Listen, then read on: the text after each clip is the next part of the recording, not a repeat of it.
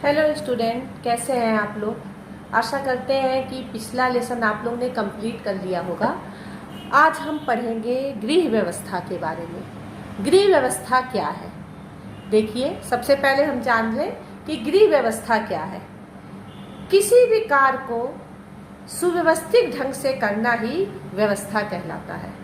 चूँकि हम यहाँ पे गृह व्यवस्था के बारे में पढ़ेंगे तो घर के कार्य को सुचारू रूप से करने के लिए तथा लक्ष्य को प्राप्त करने के लिए एक निश्चित व्यवस्था की जाती है, जिसे हम व्यवस्था कहते हैं। व्यवस्था ऐसी होनी चाहिए जो सरलता से और शीघ्र ही पूरी हो जाए। व्यवस्था घर परिवार के लिए भी होता है, औद्योगिक क्षेत्र के लिए भी आवश्यक है, व्यावसायिक क्षेत्र के लिए भी आवश्यक है।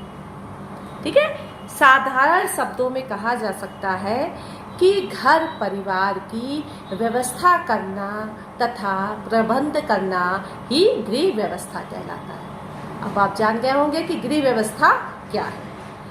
अब हम गृह व्यवस्था को समझने के लिए सबसे पहले इसकी तत्वों को जानेंगे कि गृह व्यवस्था के कौन कौन सी प्रक्रिया है तथा गृह विज्ञान के कौन कौन से तत्व हैं। देखो बेटा, गृह विज्ञान के कोई भी व्यवस्था बनाने के लिए 4 तत्वों का होना बहुत अधिक आवश्यक है। पहला है योजना, दूसरा है संचालन, तीसरा है नियंत्रण, चौथा है मूल्यांकन। अब देखो, इसको हम समझेंगे। किसी भी कार्य को करने के लिए, कोई भी कार्य हमारा सफल पूर्वक हो, इसके लिए सबसे पहले हमें क्या करना चाहिए? योजना बना लेना चाहिए।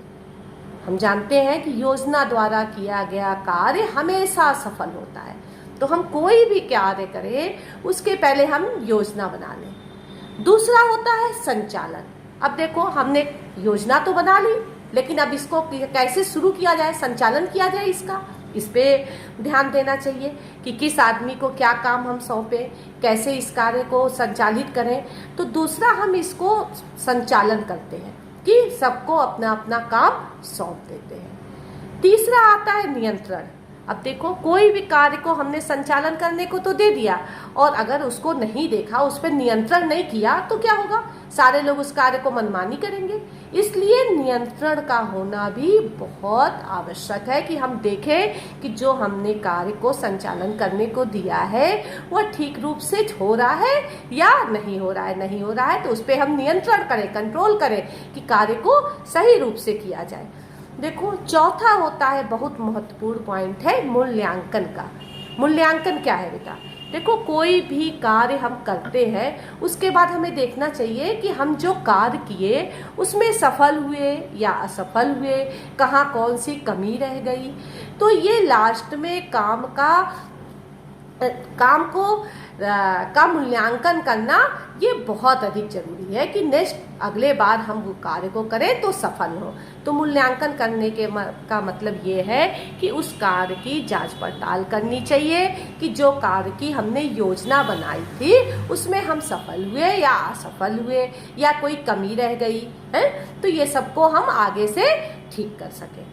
समझ में आ गया होगा तुम लोग को ये कि गृह व्यवस्था का अर्थ क्या है और गृह व्यवस्था के 4 महत्व तत्व क्या है। या तो तत्व करके पूछेगा या पूछेगा उसकी प्रक्रिया क्या है। तो इसमें आप योजना, पहला योजना, किसी भी कार्य की योजना बना लेना, दूसरा उसको संचालन करने को दे देना, तीसरा उस पर नियंत्रण रखना, और चौथा उसका मूल्यांकन कर लेना लास्ट में। अब ये समझ में आ गया। अब देखो, पढ़ेंगे गृह व्यवस्था के साधन। अब कौन कौन से साधन हैं जो हमारे गृह व्यवस्था में सहयोग करते हैं। अब भाई, अकेला आदमी चाहेगा कि हम किसी कार्य को कर सकें तो ये तो असंभव है। हमें कोई ना कोई सहयोग लेना पड़ेगा। किस किस चीज़ों का हम उसके अंदर प्रयोग करें कि हमारी गृह व्यवस्था सफल बने। तो देखो, पहला गृह व्यवस्था के साधन में पहला महत्वपूर्ण पॉइंट है भौतिक साधन। इसके अंतर्गत क्या आता है? धन आता है। और जो हमारे भौतिक वस्तुएं हैं, कितना भी हम अच्छी व्यवस्था करने चाहें, अगर हमारे पास पैसा नहीं है तो हमारा व्यवस्था फेल हो जाएगा। आज के युग में अगर हमारे पास भौतिक अच्छे अच्छे उपकरण नहीं है तो भी हम व्यवस्था के सही ढंग से नहीं कर सकते हैं। तो इसलिए भौतिक साधन का होना बहुत अधिक आवश्यक है। इसके अंतर्गत धन आता है और भौतिक उपकरण वस्तुएं ये सब आती हैं। दूसरा पॉइंट है मानवीय साधन। अब देखो बेटा, मानवीय साधन क्या है? मानवीय साधन है इसके अंतर्गत व्यक्तियों का सहयोग। इसके अंतर्गत क्या आता है? व्यक्तियों का सहयोग। हम कितनी भी व्यवस्था अच्छी करनी चाहें, लेकिन अगर इसमें घर परिवार सहयोग नहीं करेगा तो व्यवस्था क्या होगी? चौपट हो जाएगी। अकेले गृहिणी क्या कर सकती है? कुछ नहीं कर सकती है। इसमें मनुष्य का सहयोग लेना पड़ेगा।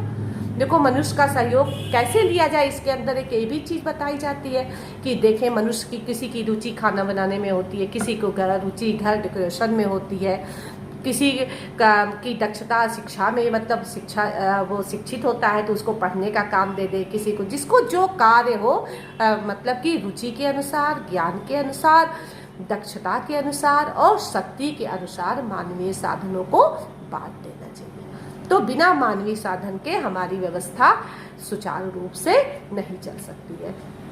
अब देखो, तीसरा आता है सार्वजनिक साधन। अब सार्वजनिक साधन में क्या आएगा?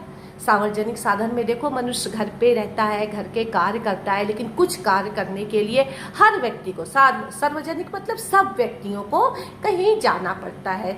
जैसे हम अस्पताल की सहायता लेते हैं, बैंक की सहायता लेते हैं, दवाई लेने जाना है, डाकघर जाना पड़ता है, शिक्षण संस्थाएं हैं, नगर निगम है, बिजली घर है, ये सब भी हमारी व्यवस्था को सुचारू बनाता है। अगर ये सब ना रहे तो हमारी व्यवस्था डमाडोल हो जाएगी। हमें हॉस्पिटल जाके हम दवाइयाँ ले लेते हैं, बैंक जाके हमारा पैसे का लेन देन का कार्य हो जाता है। इस प्रकार हम देखेंगे कि गृह व्यवस्था के साधन में 3 पॉइंट महत्वपूर्ण है। क्या क्या? भौतिक साधन, ये समझ गए, इसमें धन और भौतिक वस्तुएं आती है, सारी वस्तुएं आती हैं। मानवीय साधन, मनुष्यों का सहयोग आता है। सार्वजनिक साधन, जहाँ सारे लोग जाते हैं, सबकी सुविधा का ध्यान दिया जाता है, जैसे राशन दुकान, अस्पताल, शिक्षण संस्थाएं। कितनी भी हम व्यवस्था बनाने चाहेंगे कि हम अपने घर पे ही बच्चों को पढ़ा लेंगे, संभव है? इसके लिए एक शिक्षण संस्थान का होना अनिवार्य है। तो हमारी व्यवस्था के लिए इसका सहयोग बहुत अधिक जरूरी है। अब देखो, गृह व्यवस्था के उद्देश्य क्या है? हम क्यों घर की व्यवस्था बनाते हैं? क्यों है? इसका उद्देश्य क्या है? काम ऐसे ही करने हैं, ऐसे ही चलने दें, ऐसा नहीं ना है। गृह व्यवस्था के कुछ उद्देश्य होते हैं। पहला, परिवार का सुख। इससे क्या होता है गृह व्यवस्था का? इससे परिवार का, गृह व्यवस्था का उद्देश्य है, गृह व्यवस्था होने से परिवार सुख और शांति से रहता है कि नहीं? टाइम से सबको खाना मिल जाएगा, टाइम से सारे काम हो जाएगा, तो घर परिवार क्या रहेगा? सुखी रहेगा। गृह कार्य में कुशलता, गृह घर के जो कार्य है वो कुशलपूर्वक अच्छे से होंगे। आय व्यय में संतुलन रहता है। गृह व्यवस्था बनाने से हम योजना बना के काम करेंगे तो आय व्यय में कितना हमारे पास पैसा है, कितना हम खर्च करें, ये सब का आय व्यय में संतुलन बना रहेगा। समाज सेवा के लिए हम समय निकाल लेंगे, हम व्यवस्थित रूप से अपना काम करेंगे, उसके लिए हम समाज सेवा के लिए भी थोड़ा समय निकाल सकते हैं। विश्राम और मनोरंजन के लिए भी समय निकाल सकते हैं। इससे हमारा सर्वांगीण विकास भी होता है, जैसे शारीरिक, मानसिक, आर्थिक विकास। व्यवस्था बना के चलेंगे तो हम सभी क्षेत्रों में कुशल रहेंगे, हमारे शरीर को भी आराम मिलेगा, हमारी आर्थिक पैसे को भी आराम मिलेगा, हमारे मन को भी शांति मिलेगी कि हमारा काम सही रूप से हो रहा है। समझ में आ गया ये? इसके बाद हम पढ़ेंगे गृह व्यवस्था के कुशल संचालन में बाधाएं। कौन कौन से ऐसे बाधाएं हैं जो हमारी घर व्यवस्था को बिगाड़ देती हैं, खराब कर देती हैं। अब इसमें क्या क्या आता है? देखो, लक्ष्य की अज्ञानता। हमें क्या करना है ये हमें ना मालूम हो, हम जो मन में आए वो कर रहे हैं, कोई लक्ष्य हमारा नहीं है, लक्ष्य को ध्यान में रख के किसी कार्य को नहीं कर रहे हैं, तो हमारी व्यवस्था क्या होती है? डमाडोल हो जाती है। कि हमेशा लक्ष्य को ध्यान में रख के कोई भी व्यवस्था बनानी चाहिए। निर्णय ना कर पाना, कुछ गृहिणियां ऐसे करती हैं, कोई भी चीज ऐसी होती है जिसका निर्णय नहीं ले पाती हैं, इससे भी हमारी व्यवस्था चौपट होती है। उपलब्ध साधनों का अभाव, हमारे पास उपलब्ध साधन आजकल जो आज के युग में अगर किसी के पास फ्रिज ना हो, मिक्सी ना हो, तो कैसी भी व्यवस्था करना चाहेगा बेटा। लेकिन ये छोटी मोटी चीजें आज के युग में जरूरी है, ये सब चीजें गृहिणी को चाहिए। गृह व्यवस्था की प्रक्रिया का ध्यान न होना। क्या प्रक्रिया? नियोजन, संचालन, नियंत्रण, इसका ध्यान न देना। जो भी इस चीज़ों को ध्यान में रख के कार्य करेगा हमेशा सफल होगा। फिर है मानवीय सहयोग न मिलना। अगर हम कितना भी अच्छा कार्य करें, अगर हमें घर के लोग सहयोग नहीं करते हैं तो हमारी व्यवस्था डमाडोल होनी है।